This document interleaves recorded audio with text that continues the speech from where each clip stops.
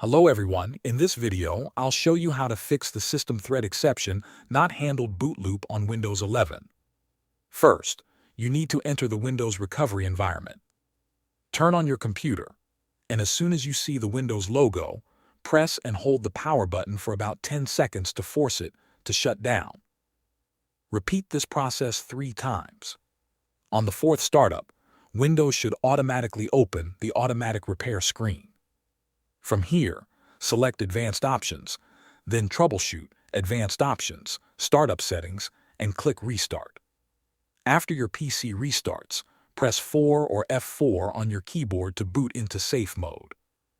Once you're in safe mode, right-click the Start button and open Terminal Admin or Command Prompt Admin.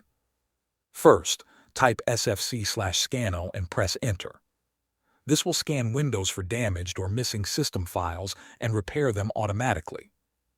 Wait until the scan reaches 100%.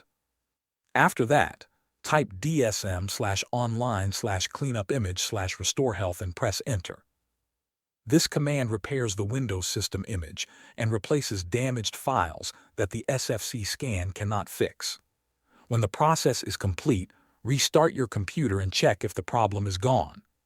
If your PC is still stuck in the boot loop, go back to the Advanced Options menu, select Troubleshoot, then choose Reset this PC. Select the option to keep my files.